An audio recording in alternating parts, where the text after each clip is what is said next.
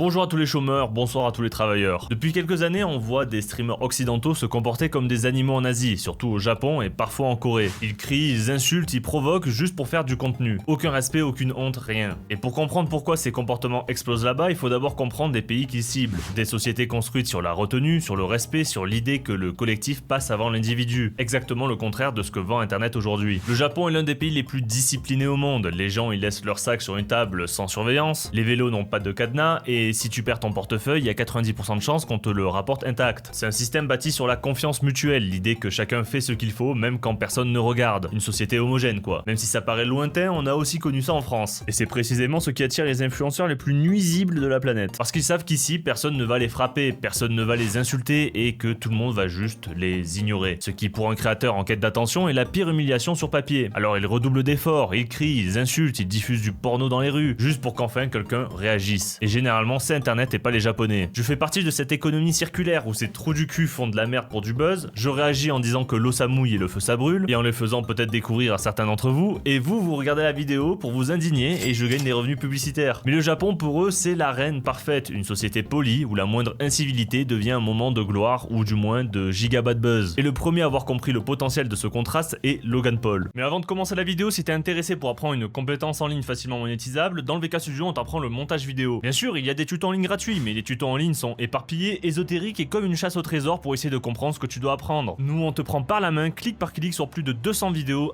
#NoHomo. On a un support 24h/24 si t'as des questions, des problèmes de logiciel, voire même des problèmes sur ton PC. On a aussi des ateliers sur Discord tous les jours pour aller encore plus loin et t'aider à t'améliorer rapidement avec un vrai suivi. Et les ateliers ne se limitent pas qu'au montage, on t'apprend aussi comment négocier et trouver des clients car c'est bien de savoir bosser, mais si tu trouves pas de boulot ça sert à rien. Et on a investi massivement dans un système gamifié qui s'appelle Polaris. C'est un système d'apprentissage comme dans un jeu, plus XP plus t'as accès à des compétences de fou furieux qui ne s'arrêtent pas au montage, comme par exemple le fait de savoir lancer des publicités pour vendre des produits sur internet. Le but est de faire de toi un entrepreneur du web et les passages de niveau sont validés par un examinateur, ce qui permet de débloquer dès les premiers niveaux le canal d'offres d'emploi, où on te trouve des jobs ajustés à ce que tu sais faire pour commencer à gagner de l'argent sans attendre la fin de ton cursus comme dans une école classique. Si tu veux en savoir plus, tu peux cliquer sur le lien en description, fin de la sponsor et on reprend notre vidéo.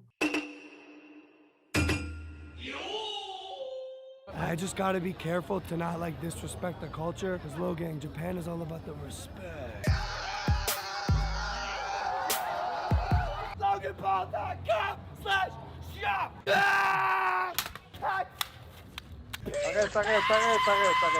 Revenons justement en 2017, lorsque Logan Paul débarque à Tokyo avec son équipe. Dans sa tête, il fait du cinéma, il veut des vidéos, vlogs décalés, des moments fous, bref, du contenu à l'américaine, bruyant, malaisant, persuadé d'être drôle. Mais un jour, il pousse la blague trop loin. Il tourne une vidéo dans la forêt d'Aokigahara, un lieu sacré lié au suicide et au silence. Et là, il trouve un corps. Au lieu d'éteindre la caméra, il continue à filmer, à zoomer, à commenter, à faire le choquer. Oh mon dieu, j'ai trouvé un cadavre dans une forêt connue car les gens s'y suicident. Et quand le scandale éclate, Logan Paul pleure face caméra. Enfin pleure, disons qu'il produit de l'eau salée pour les sponsors. Le conte de Monte Cristo avant l'heure. Ce qui est fascinant avec ce type, c'est que malgré une tonne de bad buzz et d'être une merde, il est encore sur le devant de la scène. Je vois même sa boisson Prime partout en Andorre. Et ça m'a toujours fasciné en tant qu'influenceur car on vit de notre image et notre image est sacrée. Donc je te dis que tu dois absolument faire attention à préserver cette image, à pas faire de la merde. Sauf que t'as énormément de contre-exemples comme Logan Paul où tu te rends compte que tu peux pousser les limites vachement loin sans pour autant te faire détruire ta carrière. Et au contraire, qui s'imaginait un instant voir Logan Paul où il en est actuellement. On l'a toujours dit, le bad buzz c'est toujours du buzz et celui qu'on va voir après a explosé ce concept et a même franchi la limite car Logan Paul a ouvert la voie du contenu choc au Japon. Le simple fait d'être un étranger sans gêne et qui fout le bordel, c'est un business model, des vues faciles et à partir de là la machine s'est emballée. 6 ans plus tard, le flambeau est repris par Johnny Somali alias Ramsey Khalid Ismaël. Johnny ce n'est pas juste un troll, c'est un concept de nuisance à l'état pur. Même les mouches à merde et les moustiques sont moins casse-couilles. C'est un concentré de tout ce que le monde du streaming a produit de plus désespéré. Un type dont l'existence entière repose sur une idée simple. Si personne ne t'aime, fais-toi haïr.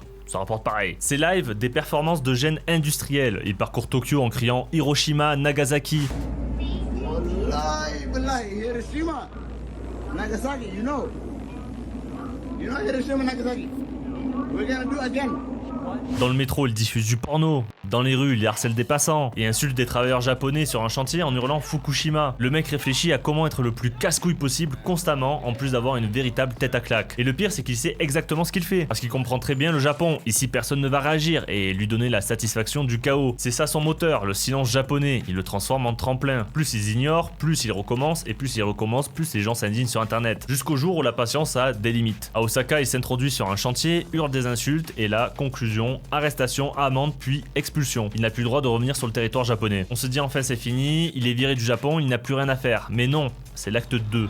Johnny Somalie saute dans un avion pour la Corée du Sud. Et forcément là-bas, il refait le même cirque. Il insulte des passants, balance des blagues racistes, hurle en pleine rue que la Corée du Nord est la meilleure des Corées. Et le pire, c'est quand il s'est moqué des commémorations d'Itaewon. Pour ceux qui ont oublié, Itaewon, c'est ce quartier à Séoul où en 2022, une fête d'Halloween s'est transformée en cauchemar. Une foule compacte, trop de monde, pas assez d'espace et 159 jeunes ne sont pas rentrés chez eux. Je me souviens avoir vu Papsan, un streamer français en Corée, diffuser la soirée en direct sans savoir ce qui allait se passer. Il était juste là, coincé dans la masse, en train d'essayer de respirer pendant que le drame se jouait à quelques mètres. En Corée du Sud, cet événement a laissé une vraie cicatrice. C'était la première fête d'Halloween post-Covid. Les gens voulaient juste sortir, rire un peu, vivre à nouveau, et tout s'est terminé en deuil national. Donc évidemment, en bon parasite numérique, Johnny Somalie a trouvé ça drôle. Et comme si se moquer d'un drame national ne suffisait pas, Johnny Somalie a une autre idée de génie. Embrasser la statue des femmes de réconfort à Séoul. Ce monument rend hommage aux victimes coréennes de l'esclavage sexuel imposé par l'armée japonaise pendant la Seconde Guerre mondiale. Autant te dire qu'ici, ce n'est pas une simple statue pour décorer. C'est un symbole sacré de mémoire et de souffrance. Alors quand un touriste débarque pour lui rouler une pelle devant tout internet, ça passe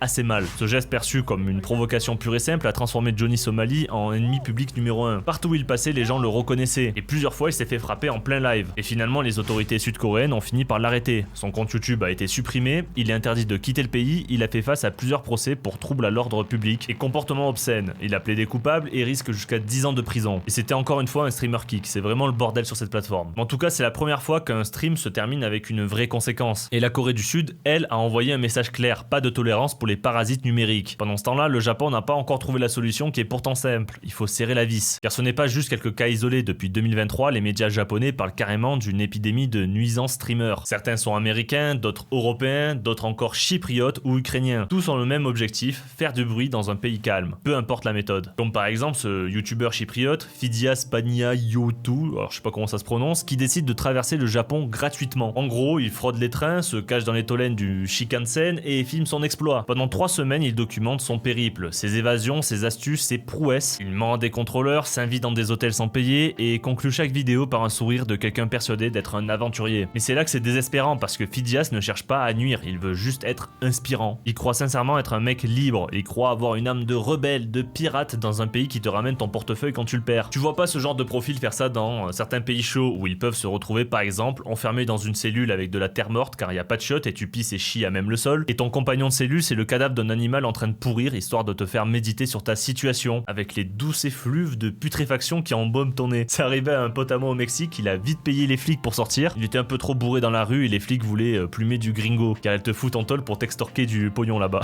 Mais Fidias après le bad buzz a même publié une vidéo d'excuses comme d'habitude, le visage grave, l'air repentant avant de conclure par « J'espère que vous comprenez que c'était pour inspirer les jeunes ». Le mec a encore rien compris, y a rien d'inspirant à apprendre à tricher, mentir et frauder des gens honnêtes pour des vues. Le pire c'est qu'il croit encore à son propre film, c'est ce qui le rend dangereux, pas sa bêtise, sa sincérité. Et dans cette belle lancée, en septembre 2025, 3 youtubeurs ukrainiens, Anatoly Dibak, Vladislav Savinov et Alexander Krukov, alias Kreosan, ont décidé de pénétrer illégalement dans la zone interdite de Fukushima. Ils ont filmé des maisons abandonnées à Okuma et ont diffusé le tout en direct, comme si un désastre nucléaire pouvait servir de décor à un vlog d'aventure et d'urbex. Kreosan n'est pas à son coup d'essai, il s'est fait connaître en Ukraine avec des expériences électriques et des défis extrêmes, histoire de speedrun le Darwin Award. Donc forcément, transformer une zone contaminée en plateau de tournage, ça lui paraissait cohérent. Sauf que cette fois, la blague s'est terminée au poste. Les 3 risquent jusqu'à 3 ans de prison pour entrer illégal dans une zone restreinte, littéralement pour avoir confondu exploration et violation de sécurité publique. Et la réaction au Japon a été glaciale. Les médias ont parlé d'insultes à la mémoire des victimes, les autorités locales ont dénoncé un manque total de respect, et sur les réseaux japonais, les commentaires ressemblaient tous à des variations de « qui ne remettent jamais les pieds ici ». pour rester poli. Car pour beaucoup, ce genre de contenu s'allie des années d'efforts pour redonner une dignité à la région. Pendant que les habitants se battent encore pour que leur terre soit autre chose qu'un symbole de catastrophe, 3 types en live ont réduit tout ça à un décor pour miniature YouTube. Puis il y a Lockie Jones, un Australien qui décide de revenir sur les traces du pionnier